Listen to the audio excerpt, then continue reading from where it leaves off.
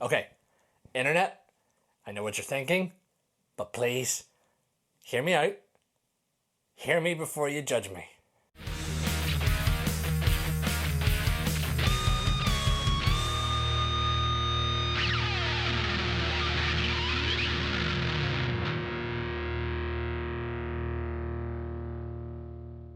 Well, what about you everybody? How are you all keeping today? Hope everything is good where you are. So, let's travel back in time. Remember whenever I put out a video saying I had completely ditched Sony and moved over to a new camera system, moved over to the Fuji system, and I was all chuffed because I thought about it for so long and I finally bit the bullet and I moved over, and I was, really looking forward to starting a new journey with this brand new camera. Well, yeah, it certainly feels like an eternity ago. Hard to believe it was only a couple of months, pretty much the start of this lockdown. Well, funny story, guys. I actually got rid of the Fuji. What?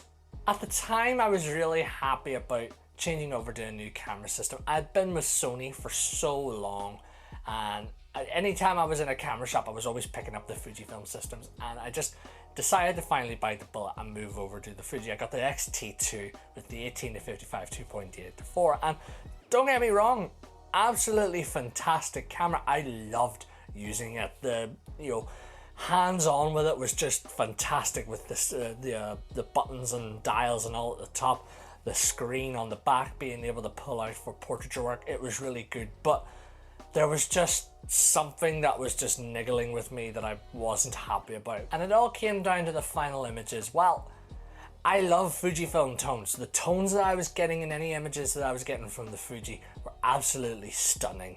I wish I had those tones here today, but sadly I don't. I can recreate them, but I don't have those type of tones, but I do miss them. But overall, I was never happy with the images that I was getting out of it. I just felt like they were never sharp enough. Now, it could be a case of, oh, I've gone from full frame to APS-C, there's a difference there. Or maybe it was my lens, maybe I could have changed to a different lens, because I had thought about getting the Viltrox 23mm 1.4, and I do wish I had got that, but I just couldn't wait around. But it could have been the lens, it could have been the fact that I was a Fuji user and a Lightroom user, and yeah, I know what you're saying, Fujifilm files don't get along well with Lightroom, but in fairness, yeah, I kind of seen that. There was those different warming effects going on in my images. Didn't really bother me too much. I was able to get a sharpening preset that worked for me, and I did try out my images in Capture One. I more tried it in Capture One Express, which is the free version of Capture One for the Fuji files, and it rendered the files a little bit better, but not much. So there was a lot of different factors that were in play, but to me, I was just never happy. I just didn't feel excited to take the camera out and about. Like, there was times I wanted to go out for a walk and I just wanted to bring my camera, but I was more reaching for the M50 than I was with the Fuji, so I had to get rid of it. I just wasn't happy. I had to change my mind and I had to get rid of it. So you're probably wondering, well, it's obvious in the title, I'm back to Sony. Now here's another thing though. You're probably thinking, oh, he finally got the A7 Mark III. He's waited for so long to get the A7 Mark III. He's finally got it. He finally bit the bullet, went the whole hog and got it. Actually, I really didn't, because that was a journey in itself as well. So when I was shopping around, I quite liked having the small factor of the APS-C from the Fujifilm, even to the Canon M50. So I was tempted to go to more of, I was actually swayed to the Sony A6400 because I really liked the compact size. It was still giving me the images that I wanted, but in a much more neater size. I know it was APS-C compared to full frame, but again, when I talked about it in the sensor in the Fujifilm video, it never really bothered me, APS-C and full frame. So yeah, I was all set. I was all set to get the Sony A6400. I was all set to even get the Samyang 18mm f2.8 until something came along that I got talked into that was probably the best idea. So the reason why I didn't go for the A7 III is because I just felt like it would have been a chore to me. I mean, like, it was just too much camera for what I was going to be doing, because I'm not really doing much professional photography work. Well, who knows, maybe I might end up doing some more since I have all this free time now, but I'm not really doing all that much. Plus, you know, when it came down to it, I didn't want to spend all my money on just a camera and a lens, whereas I would rather spend my money on maybe camera, lens, add some extra bits here and there. So yeah, something came along that I was talked into from the guys that I was buying the camera from, and it really made me think, and I just go, yeah, let's do it, because I'm now back onto a camera that I know very well. I know I can get fantastic images, plus as well, I'm back to full frame. I'm not staying with the APS-C, I've gone back to full frame.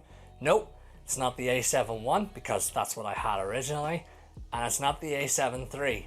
I actually met in the middle and got a second-hand A7 Mark II. This thing is pretty much brand new for second-hand, and when I heard this had come in, I was talking to the guys in the store about it, and it just made me go, yeah, this camera's still going to give me more than what I've been looking for, because I've used this camera before. I've had a long loan of this camera before, and I got amazing images out of it. I mean, for the concert work, it was brilliant.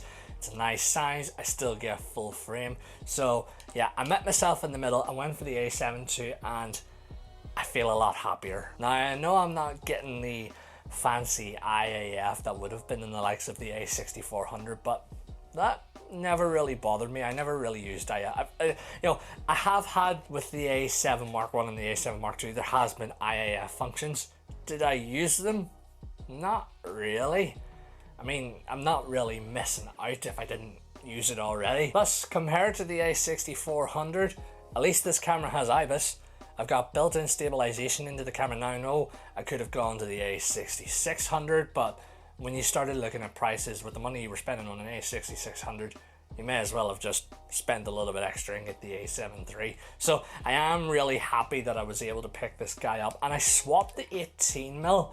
As much as I really wanted that nice wide angle, the 18mm on the A6400 would have been at least about 28mm, which is what I've had for quite a long time. When I had the Tamron 28, the 75, and the Sony 28mm f2, so I was pretty used to that focal length, but on full frame it was just ridiculously wide. I mean, I was more thinking, yeah, that's great for certain shots, but I probably more want to look at a middle of the road type of lens. So I actually picked up the Samyang 24mm f2.8. So still staying with Samyang. I mean, a lot of the Samyang videos are very popular on this channel. Thank you guys so much for constantly checking those out. I will actually probably do a review of this lens, because it is pretty nice from what all I've played about. But you know, this is a decent enough focal length for me. It's a decent enough aperture. I mean, like I say, I'm not really doing much. This is a nice middle of the road. Plus, it's nice and compact, so it's handy for me to carry about. So yeah, I've been on quite a camera journey throughout this whole lockdown, and I do feel sad that I didn't warm to the Fuji. I mean, I'm very thankful for it. There was a lot of people that gave me advice, that listened to me and listened to all my, you know, good points and bad points, and I don't really want to name any people or anything like that, but if you're watching this video, you probably know who you are. Thank you very much for all your support. But I just couldn't get happy. And if I couldn't get happy, I just had to let it go. I didn't want to get to a point where whenever like the music photography scene gets back up on the go again, that I took this camera and I was getting horrible images. I didn't want that. Whereas the A7 II and this lens, I know, and I'm comfortable and I'm confident that I'm still going to get absolutely cracking images with this camera. Plus along the way, as I say, I got more bits. I mean, one of the things I added in was this Peak Design slide light, which is a really comfy strap. I might do a review of this here. If you would like to see that, let me know in the comments down below. But this is a really comfy strap. Plus, as well, I added in an extra battery, memory card, all that, you know, nonsense that you tend to get with a camera. So yeah, like I say, been quite a journey. And like I say as well, try not to judge me too much. It has never been that often since I've done this sort of thing. I mean, my main photography cameras, I've kept them for years. So to really change, that took a lot of change for me, and you know, I was glad I was able to nip it in the bud and get a camera that I'm more used to, and I know I'm going to get some amazing shots out of it. So have you ever been in this type of predicament before, where you got something thinking that you were going to love it, and then you didn't really in the end, so you went back? Well, let me know in the comments down below if this has been something that you have done, and again, comment section, don't judge too much. Be easy on me. And of course, if you really enjoyed this video, do like, share, press subscribe, and also hit that wee bell icon so that you can stay up to date with future videos. I'm always grateful that you guys come back and check out this content. It's very much appreciated. Thank you so much. But until then, guys, I now have to find something to go and take photos off with this bad boy. But until then, take care and enjoy the rest of your day.